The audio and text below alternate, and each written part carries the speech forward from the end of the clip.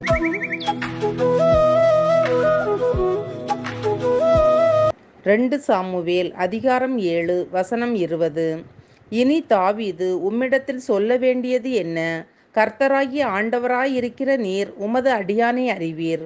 அன்பான தேவ பிள்ளைகளே, தாவீது பக்தியும் மனத்தாழ்மையும் உள்ளவனாக இருந்தபடியால் அவனால் தேவனுடைய இருதயத்தை நன்றாக புரிந்து கொள்ள முடிந்தது. அவனுடைய பலம் மற்றும் பலவீனம் பற்றி தேவன் ஒருவரே நன்கு அறிந்திருக்க முடியும் என்று அவன் உறுதியாக நம்பினான்.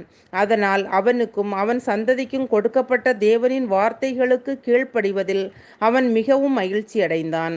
தேவன் என்ன முடிவு செய்தாலும் முழு மனதோடு ஏற்றுக்கொள்வான்.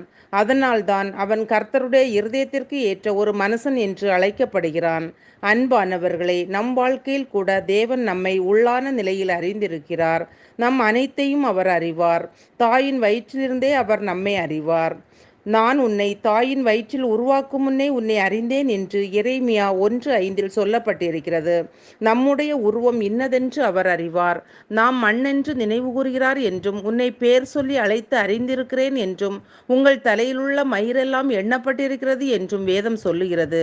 பிரியமானவர்களே, தேவன் நம்மை மிகவும் நெருக்கமாக அறிவார். தேவன் அவரை நம்புகிறவர்கள், அவரில் அன்பு கூறுகிறவர்கள், அவருடையவர்கள் யாவரையும் அறிந்திருக்கிறார். தம்மை நம்புகிறவர்களை அறிந்திருக்கிறார். அத்தகைய தேவனுடைய கரத்திற்குள் அடங்கி இருக்க நம்மை அர்ப்பணிப்போம். ஜெபிப்போம். அன்பின் பரலோக பிதாவே, இந்த நாளுக்காகவும் இந்த சத்தத்தை கேட்கிற ஒவ்வொருவருக்காகவும் உமக்கு நன்றி அப்பா. எங்களுடைய எல்லா தேவைகளையும் நீர் சந்திக்கும் வரை நாங்கள் பொறுமையுடனும் விசுவாசத்துடனும் காத்திருக்கவும், கர்த்தாவே, நீர் உம்மை நம்புகிறவர்களையும் நேசிக்கிறவர்களையும் அறிந்திருக்கிறீர் என்பதையும் உணர்ந்து நற்சாட்சி சொல்கிறவர்களாய் எங்கள் ஒவ்வொருவரையும் மாற்றும்படியாக ஜெபிக்கிறோம். இயேசுவின் நாமத்தில் பிதாவே, ஆமேன். என் நிலைமை நன்றாய் அறிந்தவர், பாவி என்னை அழைத்தவர், மீறின பின்பும் வெறுக்காதவர்.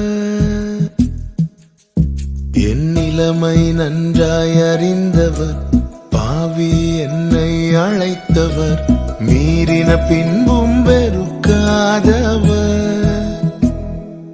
உம்மை போல் என்னை நேசிக்க ஒருவரும் இல்லை, நேசித்தவரில் இதுபோல் அன்பை இன்னும் காணவில்லை. உம்மை போல் என்னை நேசிக்க ஒருவரும் இல்லை, நேசித்தவரில் இதுபோல் அன்பை இன்னும் காணவில்லை. என் நிலைமை நன்றாய் அறிந்தவர், பாவி என்னை அழைத்தவர், மீறின பின்பும் வெறுக்காதவர்.